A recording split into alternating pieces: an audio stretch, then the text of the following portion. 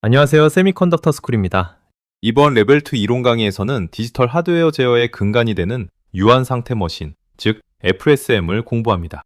우리가 만드는 거의 모든 디지털 시스템은 정해진 순서에 따라 상태를 옮겨 다니며 동작합니다. 신호등이 빨강에서 초록으로 바뀌고 자판기가 동전을 세다가 물건을 내보내는 것처럼 말입니다.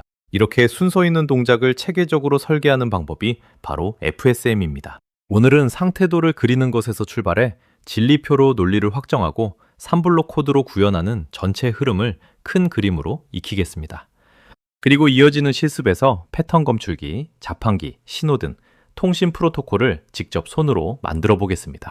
그럼 시작하겠습니다. 오늘 강의의 목표는 크게 4가지입니다. 첫째, 상태와 상태 사이의 천의를 상태도로 표현하는 법을 익힙니다. 이것은 설계의 출발점이자 가장 중요한 사고 도구입니다. 둘째, 상태도를 진리표로 옮겨서 모든 조건을 빠짐없이 확정하는 법을 배웁니다. 셋째, 그 진리표를 3개의 always 블록으로 나누어 구현하는 세 블록 코딩을 익힙니다. 넷째, 무어와 밀리라는 2가지 방식의 차이를 이해하고 언제 무엇을 선택할지 판단하는 기준을 세웁니다. 이 4가지를 관통하는 하나의 큰 그림은 머릿속에 있는 동작을 그림으로, 그림을 표로, 표를 코드로 한 단계씩 옮겨가는 것입니다. 참고로 이 강의는 조합 논리와 플립플롭에 대한 기본 이해를 전제로 합니다. 조합 논리가 입력만으로 출력을 정한다는 것, 그리고 플립플롭이 클럭에 맞춰 값을 저장한다는 것을 미리 알고 계시면 오늘 내용을 훨씬 수월하게 따라오실 수 있습니다.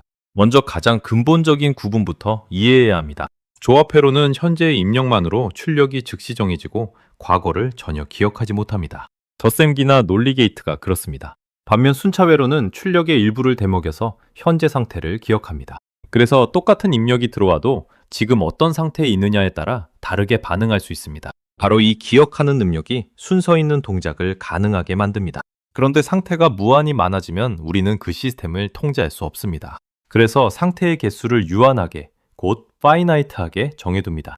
이것이 유한 상태 머신이라는 이름의 뜻입니다. 상태의 수가 유한하고 시작과 끝과 순서가 분명하기 때문에 우리는 매 클럭마다 지금 어느 상태인지 확실히 알고 다음 상태를 결정할 수 있습니다.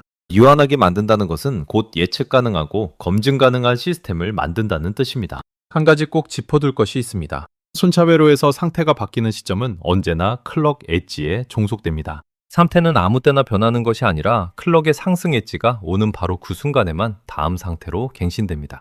이 클럭 동기화 개념을 확실히 잡아두면 뒤에서 다룰 출력 파이프라인 지연을 이해하는 기초가 훨씬 탄탄해집니다. 이 그림은 앞으로 강의 내내 계속 등장하는 FSM의 표준 골격입니다.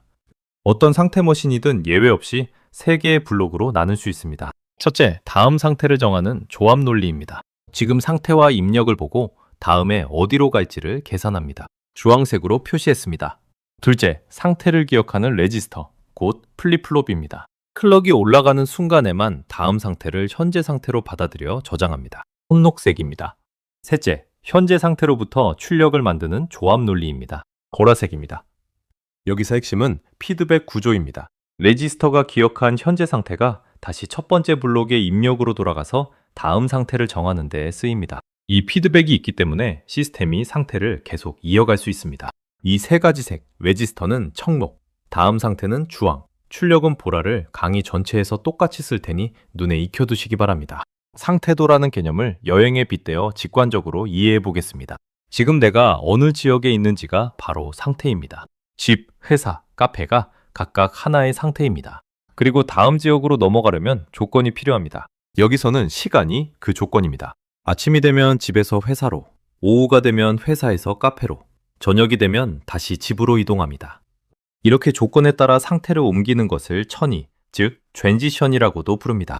또 각 지역에서 내가 무엇을 하는지, 곧 휴식하고 업무하고 커피를 마시는 것이 바로 출력입니다. 오른쪽에 상태도를 이루는 5가지 구성 요소를 정리했습니다.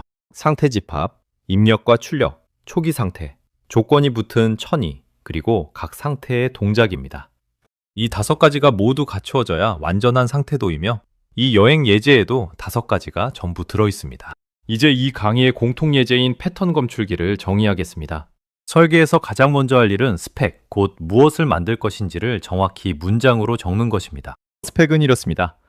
입력 데이터에 1, 2 연속으로 3번 들어오면 그 순간 출력 리절트를 1로 만듭니다. 그리고 연속이 중간에 끊기면 초기 상태로 되돌아갑니다. 그렇다면 상태를 어떻게 잡아야 할까요? 핵심 아이디어는 지금까지 2를 연속으로 몇 개나 봤는지를 상태로 기억하는 것입니다. SA는 0개, SB는 1개, SC는 2개, SD는 3개를 본 상태입니다. 오른쪽 표에 상태마다 그 의미와 출력을 함께 정리했습니다. SD에 도달했을 때만 미절트가 1이 됩니다. 그리고 각 상태는 코드에서 로컬 파람으로 상수로 선언해서 00, 01, 10, 11이라는 이진 값의 이름을 붙여둡니다. 이렇게 하면 코드가 훨씬 읽기 쉬워집니다. 구성 요소는 앞장에서 정의한 5가지가 이 예제에 모두 들어있습니다. 무어머신부터 살펴봅니다. 무어머신은 출력이 오직 현재 상태만의 함수인 방식입니다. 이 이름은 1956년에 에드워드 무어가 제안한 상태 기계에서 유래했습니다. 이제는 이 이름 자체가 곧 출력은 상태에만 의존한다는 의미를 담고 있습니다. 구조를 보면 입력에서 출력으로 곧장 가는 직접 경로가 없습니다. 입력은 오직 다음 상태를 정하는 데만 쓰이고 출력은 레지스터를 거친 안정된 상태에서만 만들어집니다. 그래서 입력이 순간적으로 흔들려도 출력은 클럭에 동기되어 깔끔하게 나옵니다. 글리치가 새지 않고 타이밍을 예측하기 쉽습니다. 바로 이 안정성 때문에 실무에서는 무어를 기본으로 삼습니다. 상태도에서는 출력을 상태 동그라미 안에 상태 슬래시 출력 형태로 적습니다. 밀리머신은 무어와 대비됩니다. 밀리머신의 가장 큰 특징은 입력이 출력을 직접 바꾼다는 점입니다. 이름은 1955년에 조지 밀리가 제안한 데서 유래했습니다. 출력이 현재 상태와 입력을 함께 본 함수이기 때문에 상태가 바뀌기를 기다리지 않고 입력이 변하는 바로 그 순간에 출력이 반응합니다. 그림의 빨간 점선이 입력에서 출력으로 가는 직접 경로를 나타냅니다. 이 성질 덕분에 밀리는 한 클럭 더 빨리 반응하거나 더 적은 상태로 같은 기능을 구현할 수 있습니다. 하지만 대가도 있습니다. 입력이 흔들리면 그 흔들림이 출력으로 그대로 전달됩니다. 상태도에서는 출력을 화살표, 곧 천이 위에 입력 슬래시 출력 형태로 적습니다. 무어와 밀리의 차이를 파형으로 직접 확인해 보겠습니다. 위에서부터 클럭, 두 입력인 데이터 A와 데이터 B, 그리고 밀리 출력과 무어 출력입니다. 여기서 주목할 것은 밀리 출력입니다. 주황색 점선이 데이터 B가 바뀌는 시점인데 밀리 출력은 바로 그 자리에서 클럭 엣지와 상관없이 즉시 올라갑니다. 입력이 출력을 직접 바꾸기 때문입니다. 반면 무어 출력은 데이터 B가 바뀌어도 바로 반응하지 않고 다음 클럭 상승 엣지, 곧 포지 엣지가 올 때까지 기다렸다가 그때 한 박자 늦게 올라갑니다. 밀리는 빠르지만 입력의 잡음이나 글리치를 그대로 받아 위험할 수 있고 무어는 한 박자 느리지만 클럭에만 동기되어 안정적이고 예측 가능합니다. 반도체 설계에서는 안정성과 예측 가능성이 속도보다 훨씬 중요할 때가 많습니다. 그래서 산업의 기본은 출력 파이프라인을 쓰는 무어입니다. 밀리 출력의 위험성을 조금 더 강조하겠습니다. 데이터 B 같은 입력이 클럭과 무관하게 곧 비동기적으로 흔들리면 그 순간의 글리치가 밀리 출력에 그대로 실려나갑니다. 이 짧은 글리치가 다음 단 회로를 잘못 트리거하면 시스템 전체가 오동작할 수 있습니다. 반면 무어 출력은 클럭 상승 엣지에서만 값을 잡기 때문에 이런 글리치에 흔들리지 않습니다. 바로 이 차이가 모듈 밖으로 내보내는 출력에는 플립플롭을 한 단 덧붙이는 하이브리드 구조를 실무의 정답으로 만드는 이유입니다. 무어가 산업의 기본이 되는 이유를 3가지 공합적 근거로 정리합니다. 이것은 취향의 문제가 아니라 이유가 분명한 선택입니다. 첫째, 타이밍 크로징입니다. 무어는 입력에서 출력까지 조합 경로가 짧아 임계 경로를 예측하고 맞추기가 쉽습니다. 밀리는 입력이 출력까지 곧장 이어져 경로가 길어질 수 있습니다. 둘째, 입력 글리치 격리입니다. 입력에서 생긴 순간적인 잡음이 레지스터에서 한번 막히기 때문에 출력으로 새어나가지 않습니다. 셋째, 모듈 경계 규칙입니다. 여러 사람이 함께 큰 칩을 설계할 때 모듈 밖으로 나가는 신호는 반드시 플립플롭을 한 단 거쳐 내보내기로 약속합니다. 그래야 다음 모듈이 그 신호를 안정적으로 받을 수 있습니다. 이 3가지가 합쳐져서 무어가 팀 설계와 검증에 유리한 기본형이 됩니다. 그렇다고 밀리가 나쁜 것은 결코 아닙니다. 정답은 없고 목적에 맞게 고르는 것입니다. 밀리가 유리한 경우는 크게 4가지입니다. 첫째, 상태수를 줄이고 싶을 때입니다. 같은 기능을 더 적은 상태로 만들 수 있습니다. 둘째, 한 클럭이라도 더 빨리 반응해야 할 때입니다. 셋째, 웨디밸리드 핸드쉐이크처럼 그 자리에서 즉시 응답해야 하는 제어 신호를 만들 때입니다. 넷째, 직렬통신 프로토콜처럼 입력에 즉각 반응하는 것이 유리한 국소적인 지점입니다. 이런 곳에서는 밀리의 빠른 반응성이 큰 장점이 됩니다. 핵심은 무어와 밀리를 흑백으로 나누지 말고 상황에 맞게 트레이드오프를 판단하는 것입니다. 그러면 실무에서는 결국 어떻게 할까요? 대부분 하이브리드로 수렴합니다. 안에서는 밀리처럼 상태와 입력을 함께 보고 빠르게 계산하되 모듈 경계에서 그 출력을 플립플롭 판단에 통과시켜 내보내는 방식입니다. 아래 파형을 보십시오. 밀리 방식으로 만든 출력은 입력을 따라 빠르게 움직이지만 순간적인 글리치가 생길 수 있습니다. 그런데 이 신호를 출력, 플립플롭 판단에 통과시키면 클럭 상승 엣지에서만 값을 잡기 때문에 글리치가 사라지고 깨끗한 파형이 됩니다. 대신 한 클럭 지연됩니다. 이렇게 하면 안에서는 밀리의 유연함을 누리면서 밖으로는 무어처럼 안정적인 신호를 내보낼 수 있습니다. 그래서 실무 코드의 대다수는 출력 파이프라인을 쓰는 무어이거나 밀리로 계산한 뒤 출력단에 플립플롭을 두는 하이브리드입니다. 이제 설계를 실제로 진행하는 순서를 봅니다. FSM 설계는 언제나 이 흐름을 따릅니다. 먼저 상태도를 그려 상태와 전이 조건을 정합니다. 다음으로 다음 상태 진리표와 출력 진리표를 만들어 모든 조건을 표로 확정합니다. 그 다음에야 그 진리표를 케이스문으로 옮겨 코드를 씁니다. 여기서 가장 강조하고 싶은 것은 진리표 단계를 절대 건너뛰지 말라는 것입니다. 상태도에서 곧바로 코드로 넘어가면 조건을 빠뜨리거나 래치가 생기기 쉽습니다. 하지만 진리표로 모든 상태와 입력의 조합을 빠짐없이 채우고 나면 논리가 완전히 확정되고 코드는 그 표를 옮겨 적는 기계적인 작업이 됩니다. 표가 곧 설계의 안전장치입니다. 설계의 첫 단계인 상태도와 인코딩을 자세히 봅니다. 먼저 왼쪽에 스펙을 그림으로 표현했습니다.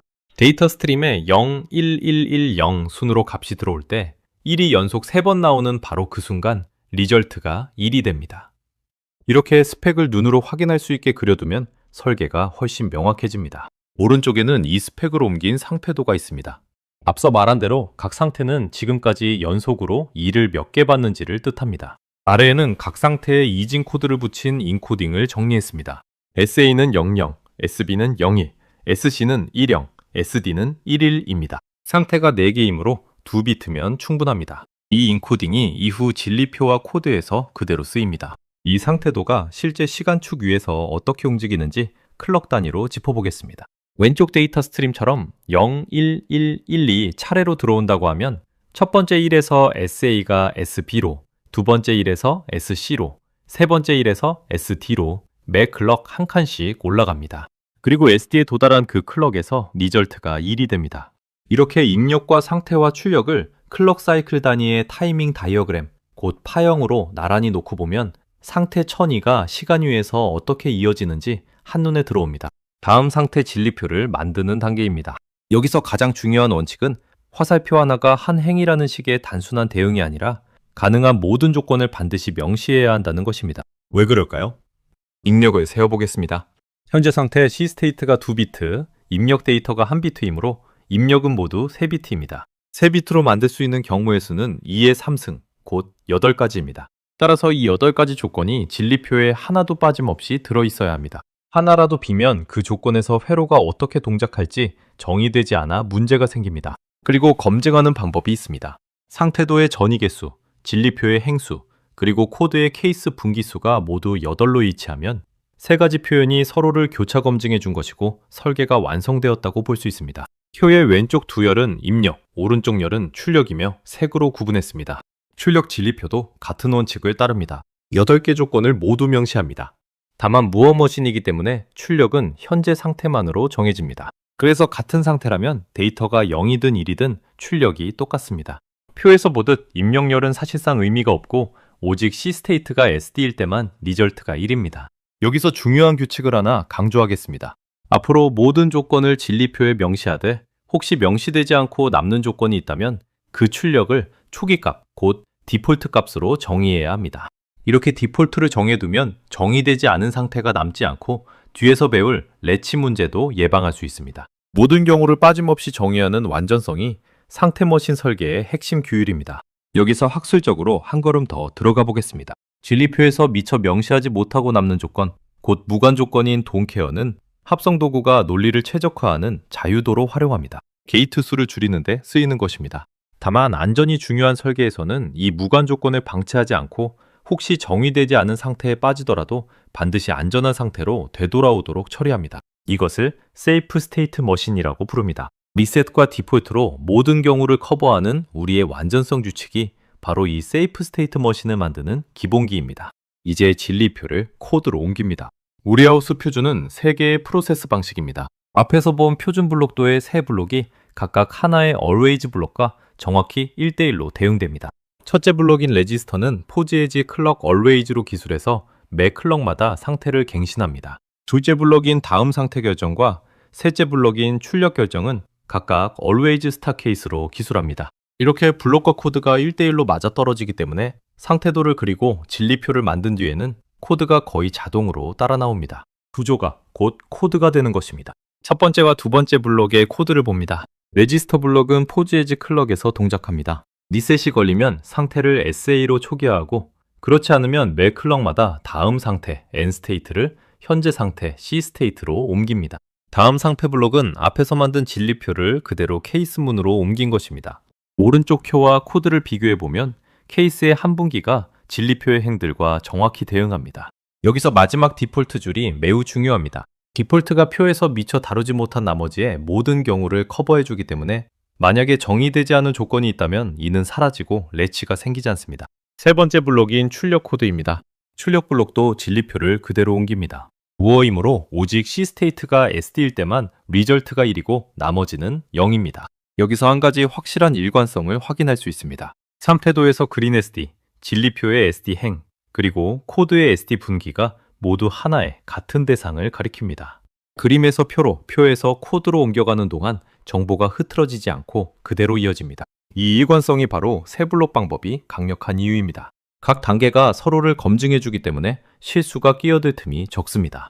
코딩 스타일을 큰 그림에서 정리합니다. 지금 우리가 다루는 것은 하나의 모듈 안에서 always 프로세스를 몇 개로 나눌 것인가의 문제입니다. 세 블록, 곧 레지스터와 다음 상태와 출력이라는 내용 자체는 어느 방식이든 똑같습니다. 원 프로세스는 이 셋을 하나의 always에 모두 담습니다. 투 프로세스는 레지스터를 하나, 나머지 둘을 하나로 묶습니다. 3 프로세스는 셋을 각각의 always로 완전히 나눕니다. 중요한 것은 모듈은 언제나 하나이고 그 안에 프로세스 개수만 달라진다는 점입니다. 전체 구조를 이렇게 한눈에 보면 세 방식이 결국 같은 회로를 다른 방식으로 묶은 것임을 알 수 있습니다. 원 프로세스 방식을 봅니다. 다음 상태와 출력을 모두 하나의 클럭 블록 안에 넣습니다.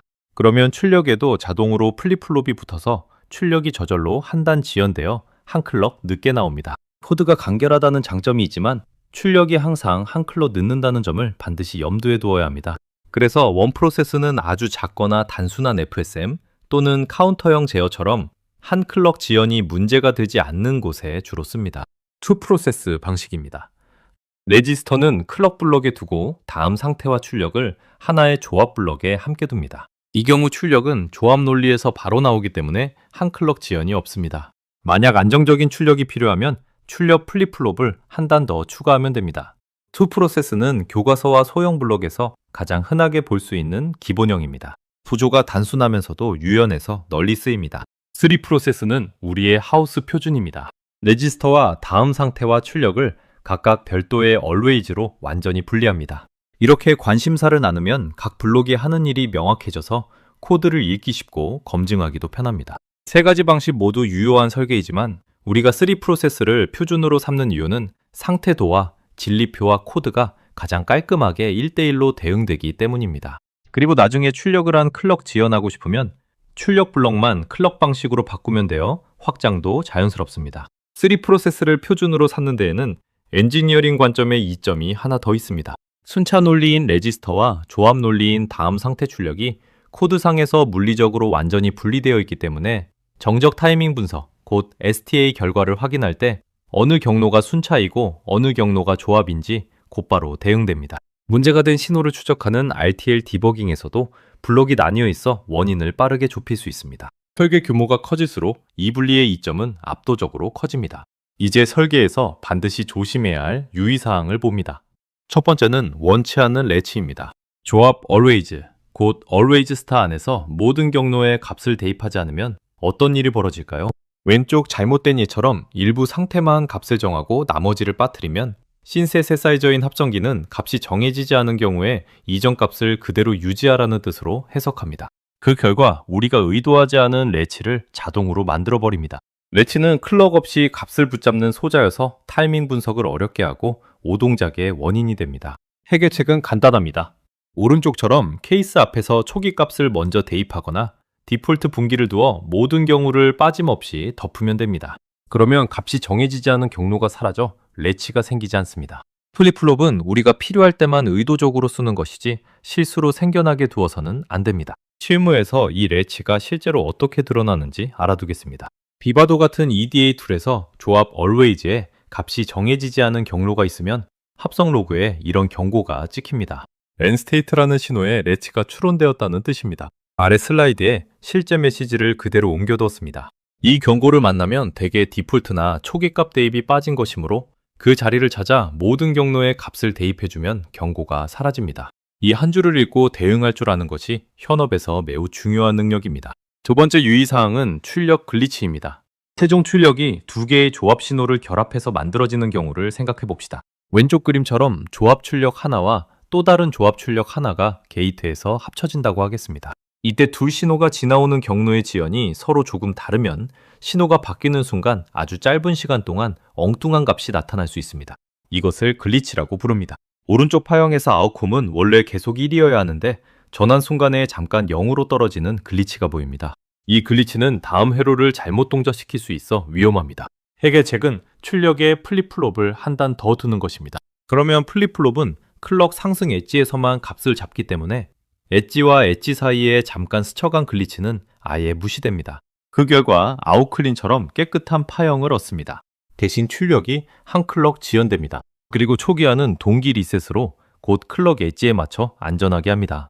오늘 배운 내용을 큰 그림으로 정리합니다. FSM이 반도체 설계의 뼈대가 되는 근본적인 이유는 강건함, 곧 로버스트니스에 있습니다. 상태머신은 우리가 설계에 명시한 상태와 전이만을 따라 움직입니다. 리셋으로 시작 상태를 정하고 디폴트로 모든 경우를 정의해두면 정의되지 않은 엉뚱한 상태로는 절대 빠지지 않습니다. 이 예측 가능성이야말로 복잡한 칩을 안심하고 설계할 수 있게 해주는 가장 큰 장점입니다. 설계의 전체 흐름을 다시 요약하면 상태도에서 출발해 진리표로 모든 조건을 확정하고 3블록 코드로 구현합니다. 방식으로는 무어를 기본으로 삼되 밀리를 국소적으로 하이브리드하고 조합 always에서는 디폴트로 레치를 반드시 피합니다. 이 원칙들만 지키면 여러분의 상태 머신은 언제나 예측 가능하고 안전하게 동작합니다. 다음 실습에서는 오늘 그린 이 상태도를 직접 코드로 완성해 보겠습니다. 오늘 이론 강의는 여기서 마무리하겠습니다. 제어 설계를 더 깊이 공부하고 싶은 분들을 위해 참고 도서를 소개합니다. 제가 집필한 AI NPU 시스템 디자인 with Python and 베릴로그입니다. 베릴로그로 RTL을 설계하고 FPGA로 구현하는 전 과정을 다루며 오늘 익힌 FSM 제어 설계가 실제 NPU 시스템으로 어떻게 확장되는지 보여줍니다. 전체 소스 코드는 GitHub에 공개되어 있으니 직접 돌려보시길 권합니다. 그러면 다음 FSM 랩 1 패턴 검출기 실습에서 뵙겠습니다. 감사합니다.